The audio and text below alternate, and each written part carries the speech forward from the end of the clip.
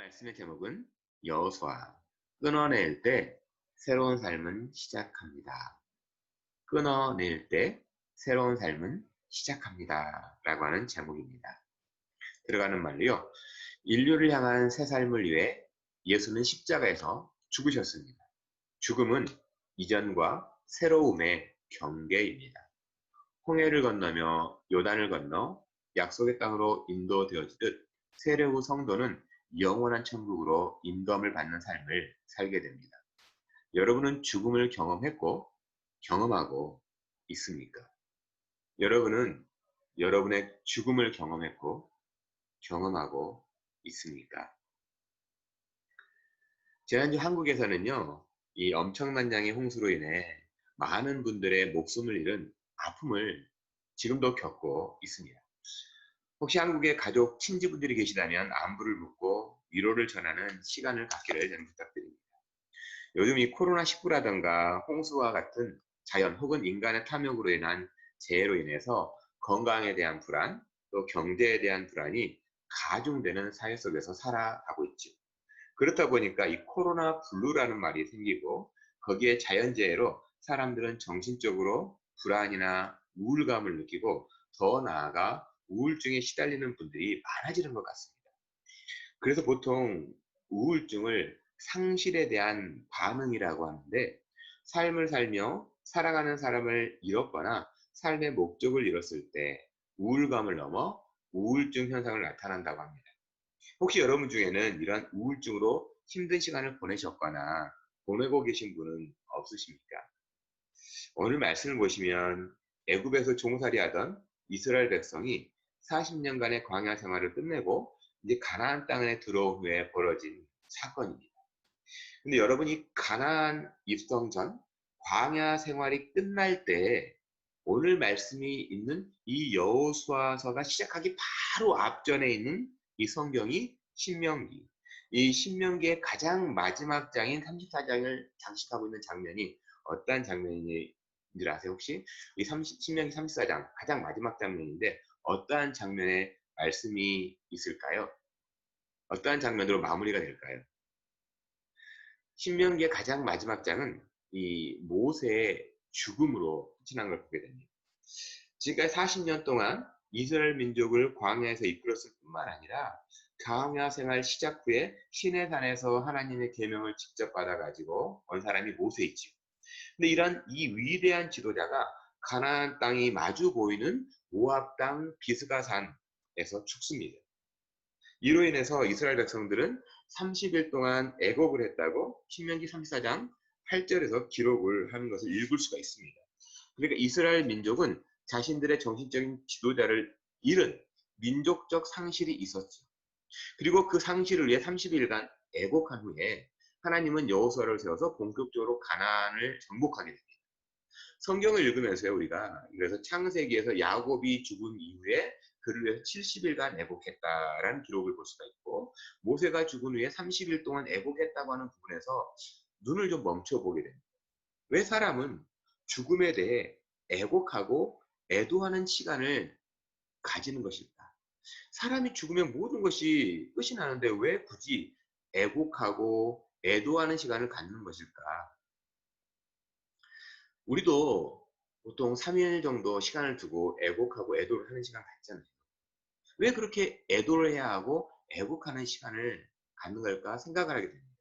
여러분, 왜 이런 애곡하고 애도하는 시간이 사람이나 한 사회에 필요한 걸까요?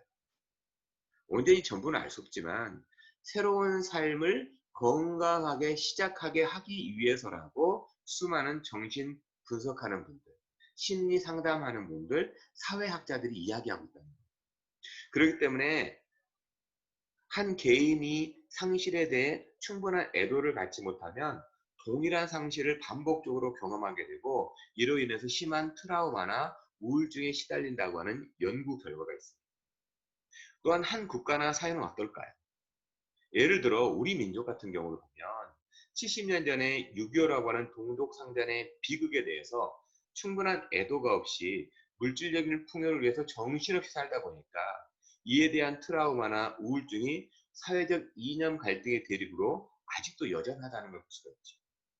1980년 광주에서 일어났던 이 학살 사건에 대해서도 충분한 애도가 없었기에 지금도 끊임없이 망발을 일삼는 무리들로 인해서 여전히 가슴에 멍이 듭니다.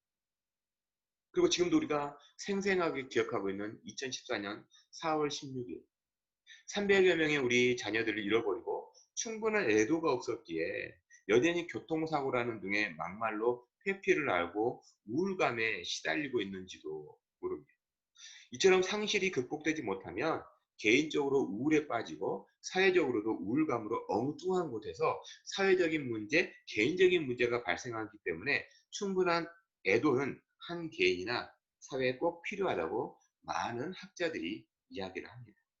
그래야만 건강한 마음과 정신으로 회복이 되고 새로운 삶을 살아갈 수가 있기 때문이죠. 그래서 오늘 말씀으로 좀 돌아와서요.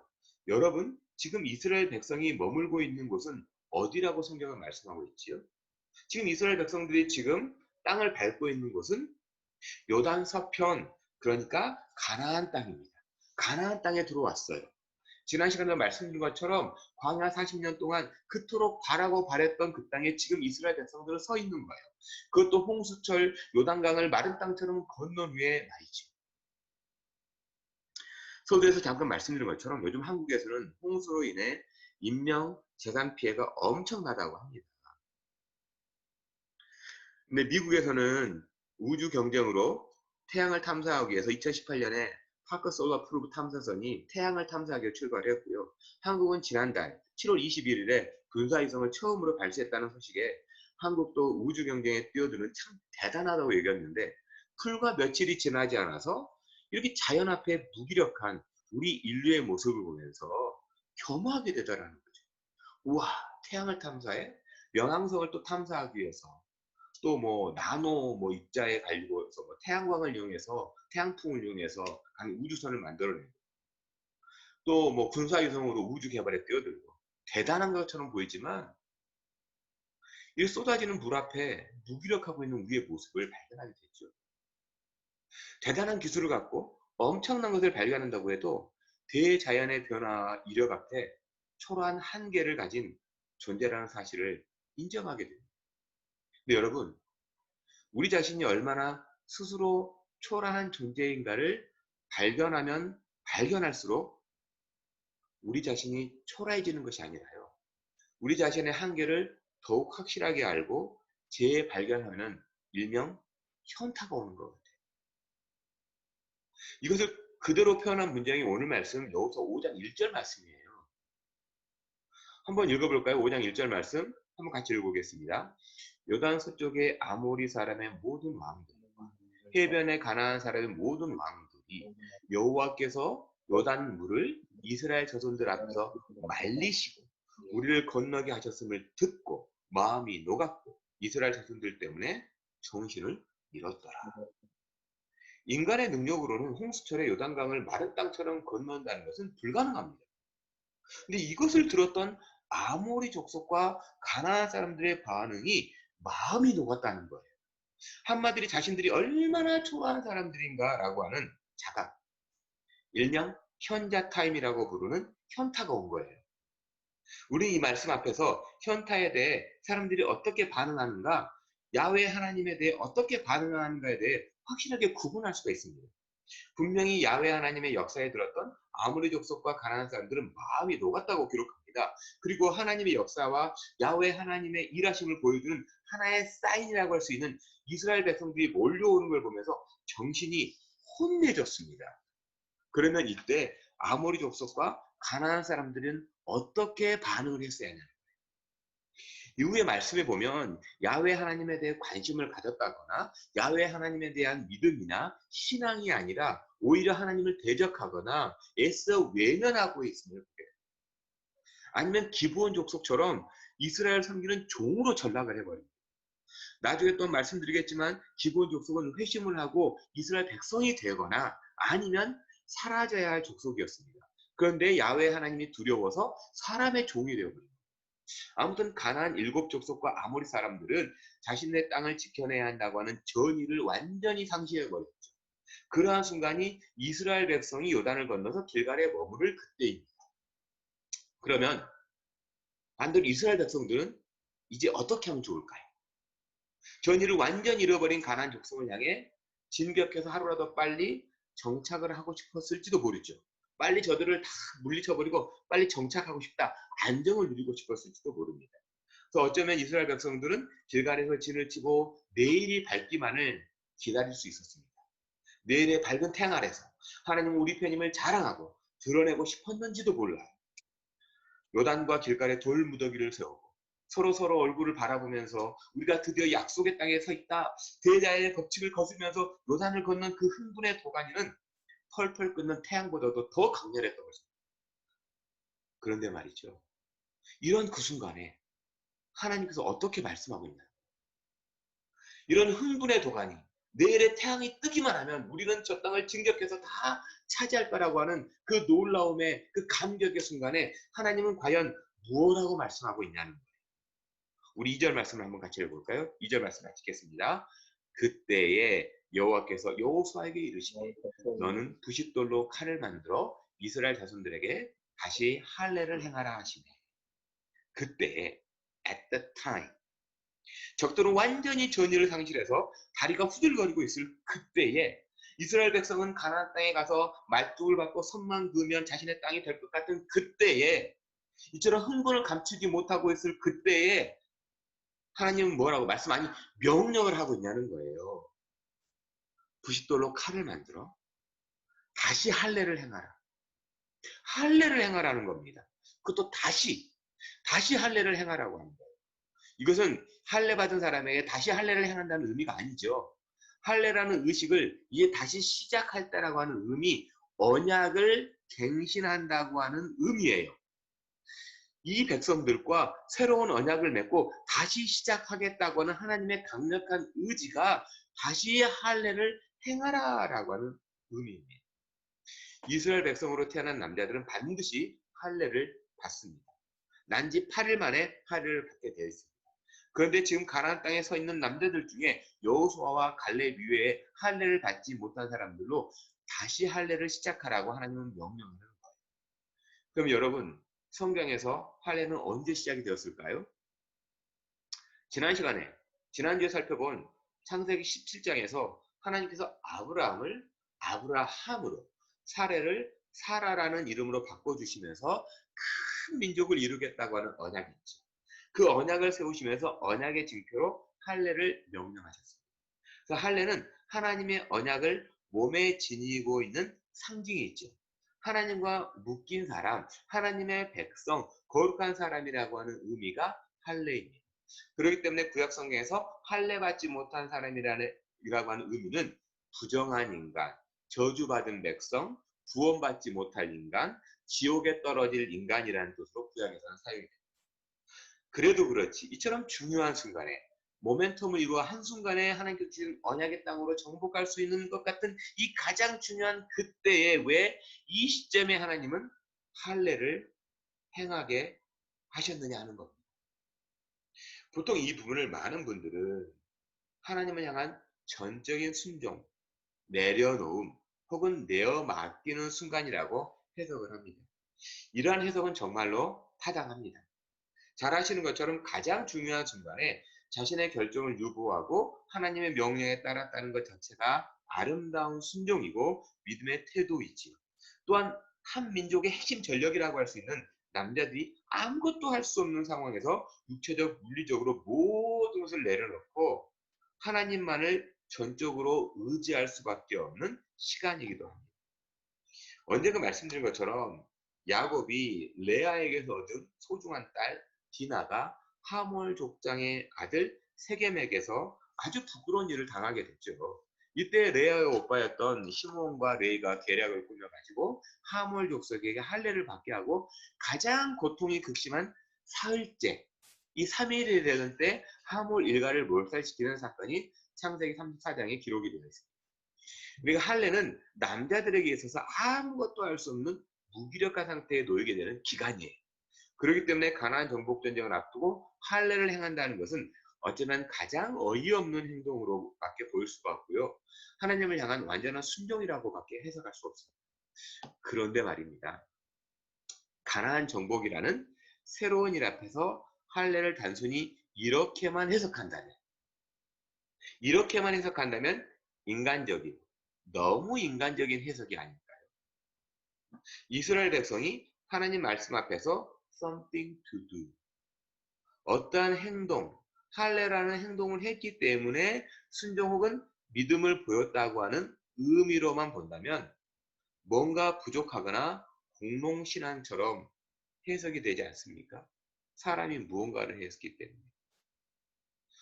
하나님은요, 초자연적인 방법으로 요단강을 마르게 하시고 건너게 하신 하나님이신데, 하나님의 마음으로 할례를 보게 되면 사람이 할례를 행했느냐 혹은 그렇지 않았느냐보다는 할례의 의미가 나 자신에게, 그리고 내가 속한 믿음의 공동체에 어떻게 적용되었는가 하는 것이 더 중요하지 않겠습니까?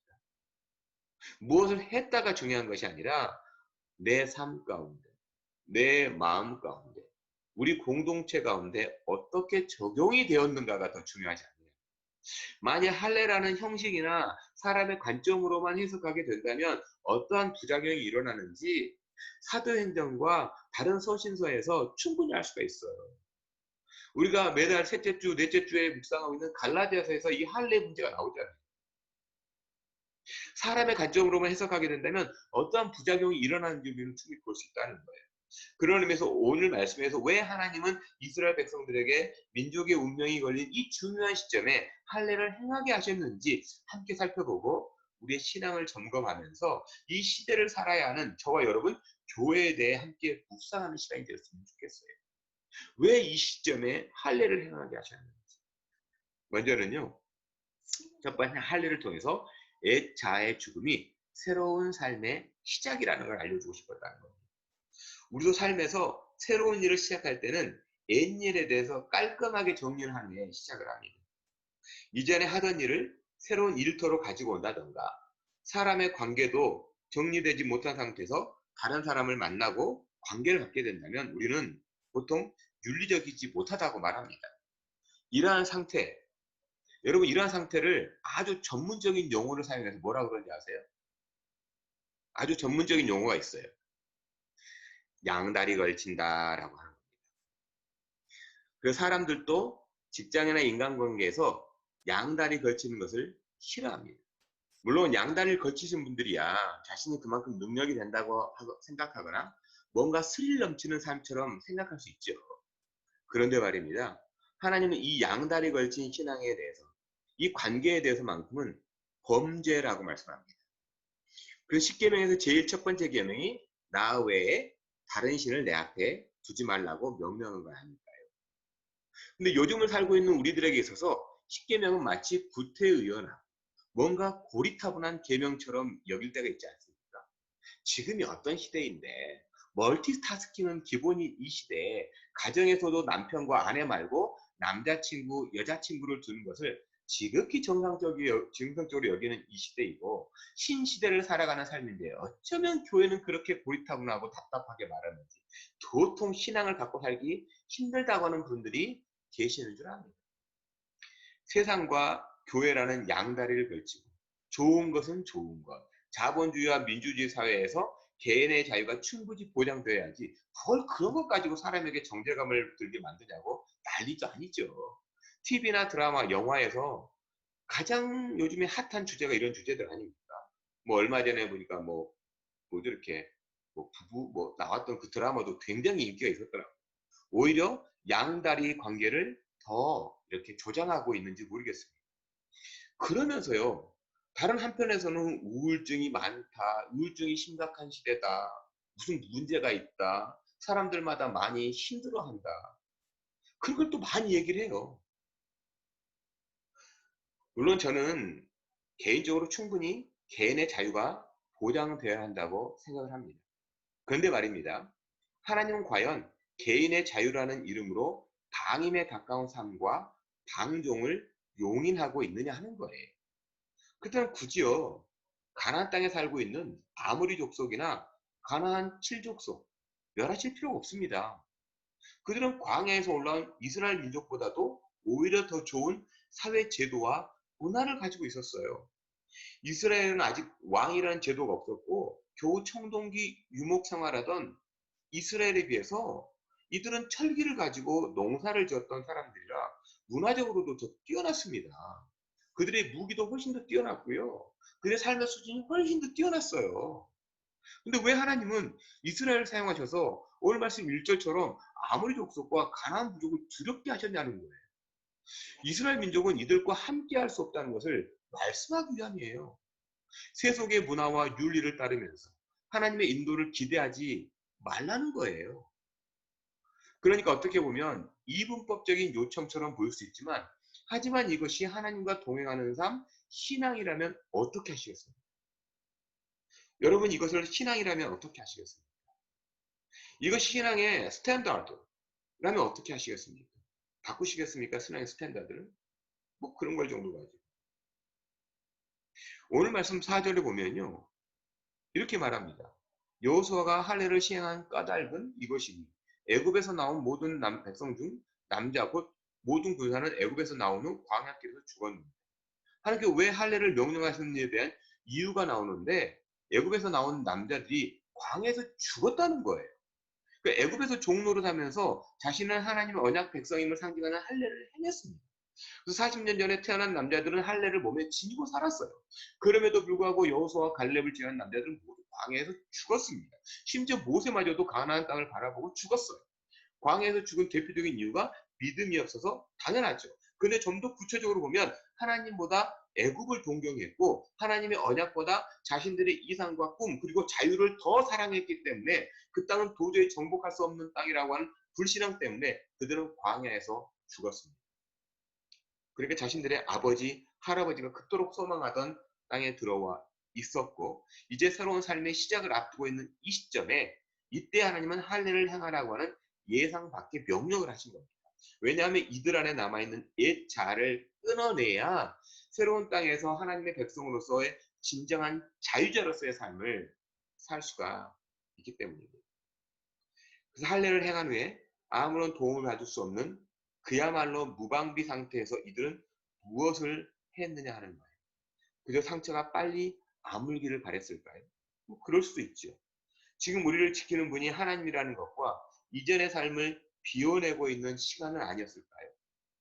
하나님의 언약으로 채워지는 시간, 옛 자아를 벗어버리고 속사람이 견고해지는 시간입니다. 이와 같이 우리가요, 십자가를 경험한다고 하는 것은 내 힘으로 살고 내가 원하는 대로 살려고 했던 삶을 잘라내고 비워질 때 그리스도 예수로 채워지는 성도에게 있어서 십자가는 능력으로 살아갈 수 있는 삶이 되는 겁니다. 그래서 바울 사도는 고린도후서 12장 9절에서 이렇게 얘기하는 거예요. 나에게 이르시기를 내 은혜가 내게 족하도다. 이는 내 능력이 약한 데서 온전하여짐이라 하신지라. 그러면 도리어 크게 기뻐함으로 나의 여러 약한 것들에 대해 자랑하리니 이는 그리스도의 능력이 내게 머물게 하려 합니다. 바울은요, 너무나 놀라운 계시를 많이 받았습니다. 이것이 자신을 드러내는 데 쓰이지 않도록 하나님께서 사단의 가시를 주셨다고 말씀합니다. 그 세 번이나 혼신을 다해서 기도했더니 들려주는 말씀이 사단의 가시를 가지고 사는 것이 충분하다고. 왜냐하면 그것으로 인해 연약해지면 연약해질수록 오히려 그리스도의 능력이 더욱 강하게 되기 때문이라는 겁니다. 마치 할례를 행한 후에 아무것도 할 수 없는 무력한 상태, 애자가 죽으면 모든 것이 물거품처럼 사라질 것 같은데 오히려 속 사람이 새로워지는 하나님의 언약으로 충만하게 된다는 역설을 들려줍니다. 마치 양다리 걸치면 보험 상품 들어오는 것처럼 안전할 것 같지만 하나님은 분명한 결단을 요구하십니다. 세상을 택하든지 하나님을 택하든지 너 자신의 믿음을 택하든지 그리스도 예수의 믿음을 택하든지 옛자와 새 사람은 양립할 수 없음을 할례를 통해서 말씀하시는 하나님의 음성을 저는 듣기로 소망합니다. 옛자와요, 내 신앙과요, 그리스도의 신앙은 양립할 수가 없어요. 하나님의 말씀과 내 말은 양립할 수가 없다라는 거예요. 내 말로 살든지 하나님의 말씀으로 살든지. 이것이 구태의연하게 들리고 이것이 고리타분하게 들리다면 여러분의 선택은 존중받아야겠죠.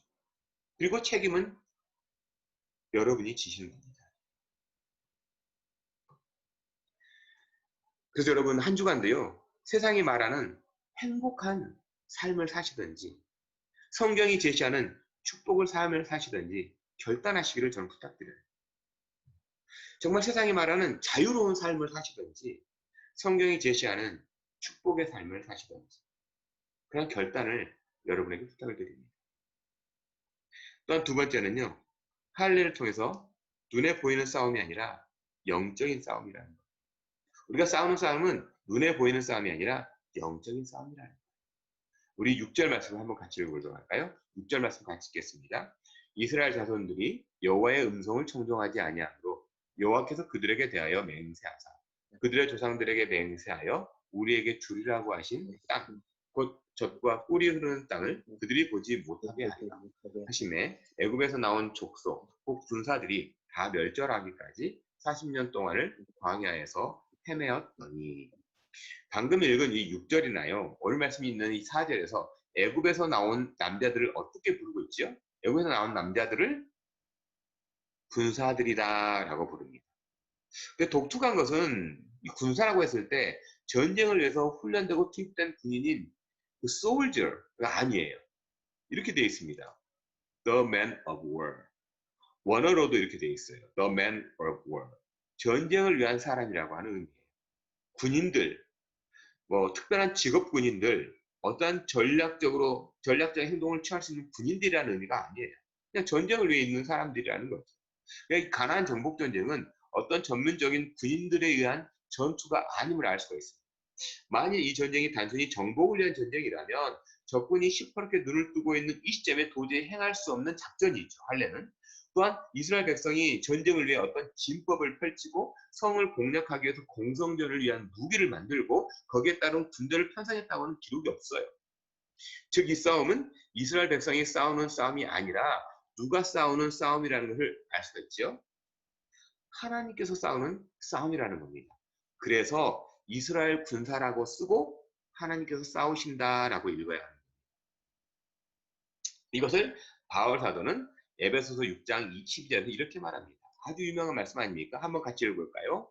우리의 씨름은 혈과 육을 상대하는 것이 아니요 통치자들과 권세들과 이 어둠의 세상 주관자들과 하늘에 있는 악의 영들을 상대함이라. 그렇다면 우리가 감당해야 할 것이 있다면 뭘까요?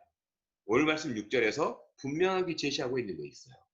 가나안 정복 세대 앞 세대, 이 가나안 정복에 들어간 이 세대 앞 세대인 아버지, 할아버지 세대가 했던 것을 하면 되는 거예요.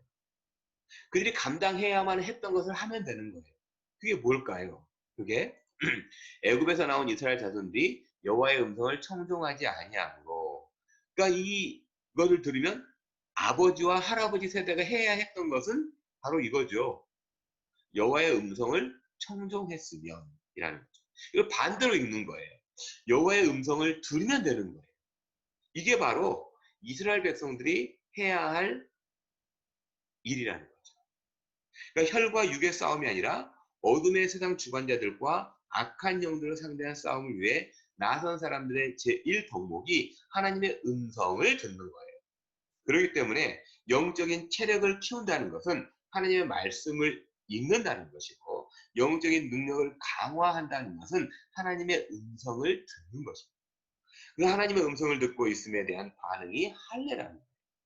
그 자신의 생각하고 또 자신들이 생각하고 사람들이 말하는 싸움의 기술, 그리고 삶의 기술, 사랑의 기술을 비워내고 하나님께서 들려주시는 음성에 귀를 기우는 시간이 할례이고, 성과 속을 분별하고 진정 하나님께서 원하시는 내 삶의 방향을 잡는 시간이 할례의 시간, 할례의 은혜인 겁니다. 여러분 정말 세상을 지혜롭게 살고 싶어요? 다른 방법 없어요. 하나님의 음성을 듣는 것이 지혜입니다. 그래서 지혜라는 명사는 하나님의 음성을 듣는다는 매일 매 순간의 동사가 없이는 이루어지지 않는 삶이고 단어예요.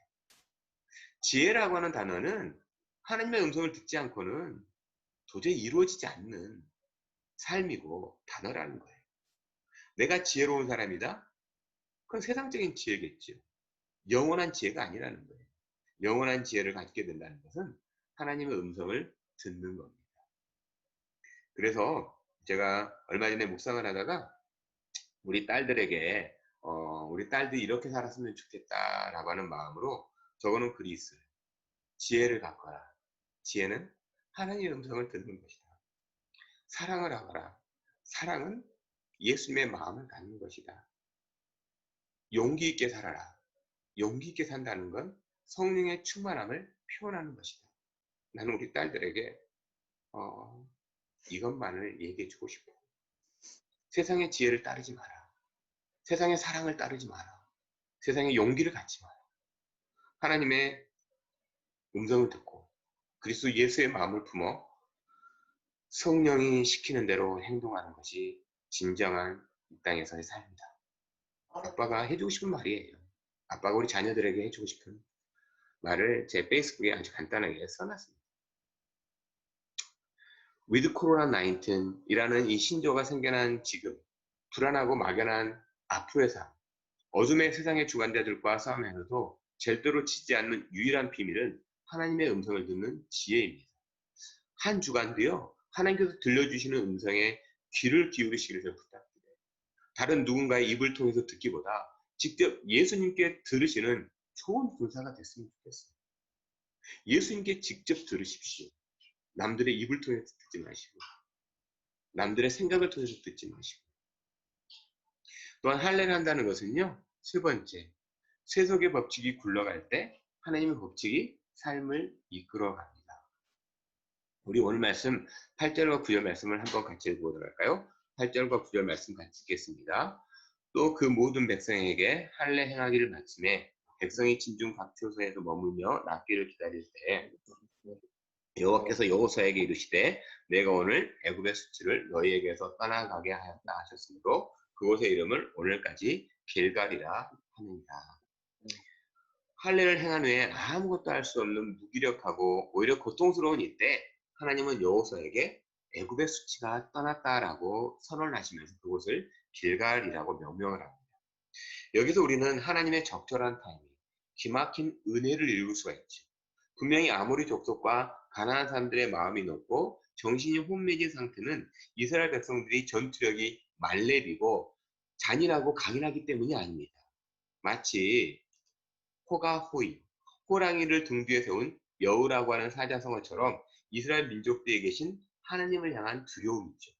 근데 이것을 착각해서 이스라엘 자신이 뭐라고 된 것처럼 경거망동하지 않고 지난 날을 돌아보고 자신들의 조상을 향한 애도와 모세의 죽음에 대한 애도 후에 자신들을 정직하게 돌아볼 수 있도록 주신 일종의 신앙 장치로서의 할례입니다.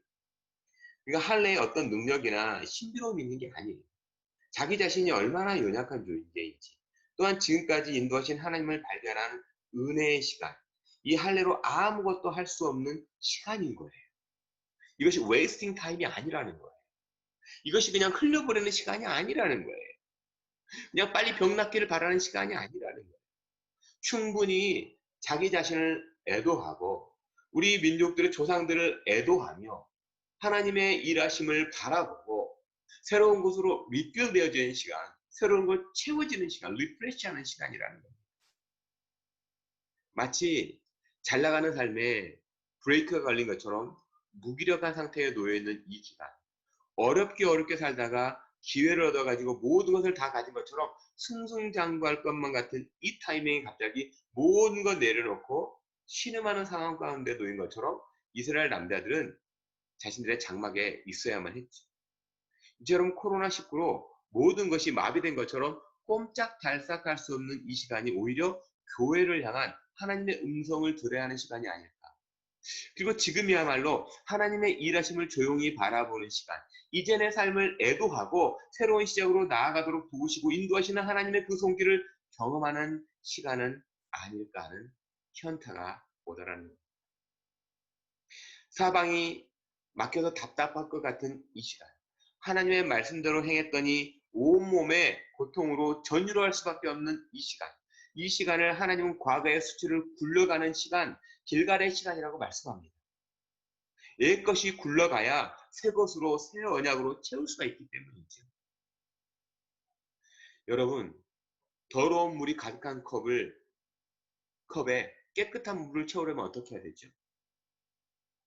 더러운 물을 비워내고 깨끗한 물로 씻는 시간이 있어야 해요. 그래야만 깨끗한 물을 채울 수가 있기 때문이죠. 저는 이 씻는 시간이요. 이 짧은 이 깨끗한 물로 씻는 시간이 할례 시간이고 새로운 물로 채워질 것을 기대하는 시간이라는 거예요. 이전 것을 씻어버리고 새로운 물을, 깨끗한 물을 기대하는 시간. 그러기 위해서 씻겨지고 있는 그 짧은 시간이 할례 시간. 마치 흘러가 버린 것 같은 시간이지만 나를 더 거룩하게 하는 시간. 하나님의 것으로 묶이는 시간이 바로 할례 시간이라는 거예요.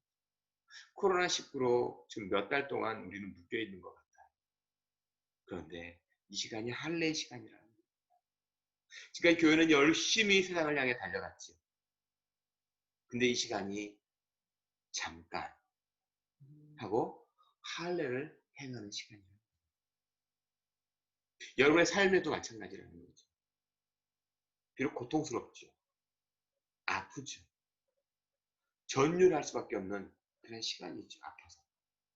그런데 이것이 지나가야 새로운 삶으로 채워지기 때문에 이것이 하나님의 약속이라면 반드시 채워지기 때문에 우리는 그 시간을 감당해야 한다는 겁니다. 그러기 위해 우리 그리스도 안에서 매일 새롭게 빚어지는 성숙한 성도, 하나님께서 쓰시기에 합당한 일꾼으로 변화되기를 저는 축원합니다. 이 할례 시간 같은 이 시간을 깊이 묵상하고 내가 무언가를 하는 것이 아니라 하나님이 어떠한 마음으로 이 시간을 주셨는지를 묵상하고 이 시간을 감당해내므로 하나님의 일하심과 동행하는 저와 여러분, 우리 교회가 되기를 간절히 소망하고 축원합니다.